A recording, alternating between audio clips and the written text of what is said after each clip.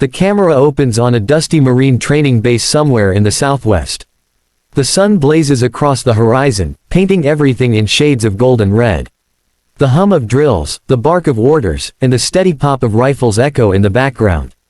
Young Marines, their uniforms crisp and boots polished, line up on the firing range. Then, into this world of precision and discipline, walked someone who didn't belong, at least not to their eyes. He was old. His back was slightly bent. His beard was gray and unkempt. His uniform, non-existent. Instead, he wore a faded jacket, scuffed boots, and a cap that had clearly seen better days. Slung over his shoulder was something that instantly caught everyone's attention, an old, weathered rifle, painted bright orange. At first, the Marines thought it was a joke.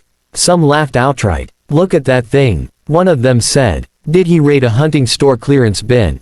Another joked. "Some Nerf gun wannabe." Someone else chuckled. The old man didn't respond. He just walked with a calm, deliberate pace, ignoring the whispers and laughter. His eyes, sharp despite his years, scanned the training range with the ease of someone who had lived on one for a lifetime. The rifle itself was a relic. Bolt action. Scratches ran across its stock. The orange paint, chipped in places, seemed to mock the seriousness of the Marines' sleek, modern rifles. But the old man held it like it was a part of him, an extension of his soul. One Marine, the boldest of the bunch, finally asked, "Hey, old-timer, what are you doing here? You lost. This isn't a hunting lodge." The old man stopped, turned his head slightly, and gave a half-smile. "I'm exactly where I need to be." That cryptic reply only made them laugh harder. But their laughter was about to die. The general himself was scheduled to inspect the range that day. Word had spread, everyone needed to be sharp, disciplined, and precise. No mistakes. The young Marines straightened their backs as the vehicles pulled up, dust swirling. Out stepped the general, his presence commanding instant respect. Behind him trailed officers, aides, and evaluators. Then the general's eyes locked on the old man standing at the edge of the range. The general froze. His face softened. He whispered something to his aide, who immediately hurried toward the veteran. "Sir, the general requests you join him at the observation post." The Marines looked stunned. The general knew him. The old man walked forward slowly, his orange rifle glinting in the sun. The laughter had stopped. Now there was silence. At the observation post, targets were being set up. Not the usual few hundred meters. Not even 1,000. Today's challenge was extreme. Steel plates set all the way out, to 4,000 meters.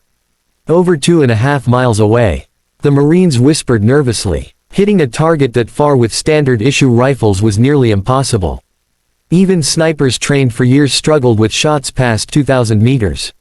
The general turned to the old man. "Would you mind showing these boys how it's done?"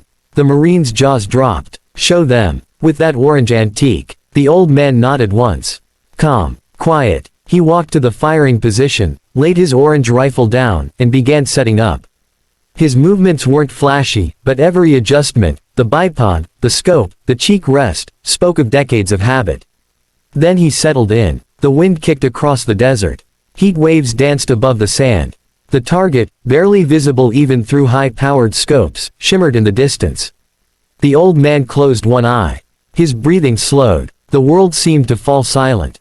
And then, crack, the rifle barked. The sound echoed off the canyon walls. For a long moment, nothing. The Marines held their breath. Then, ping, a faint but undeniable ring echoed back from 4,000 meters away. The steel plate had been hit dead center. The Marines gasped. Some shouted. One dropped his binoculars in disbelief. The old man didn't even smile. He simply chambered another round. Crack, ping, crack, ping, crack, ping. 3 shots. 3 hits. All at 4,000 meters.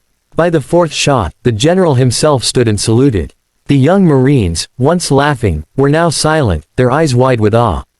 Finally, the general spoke. His voice carried weight, but it also carried emotion. "Marines, you stand in the presence of a legend. This man isn't just a veteran. He's the one they called, Ghost Shot, in the mountains of Afghanistan.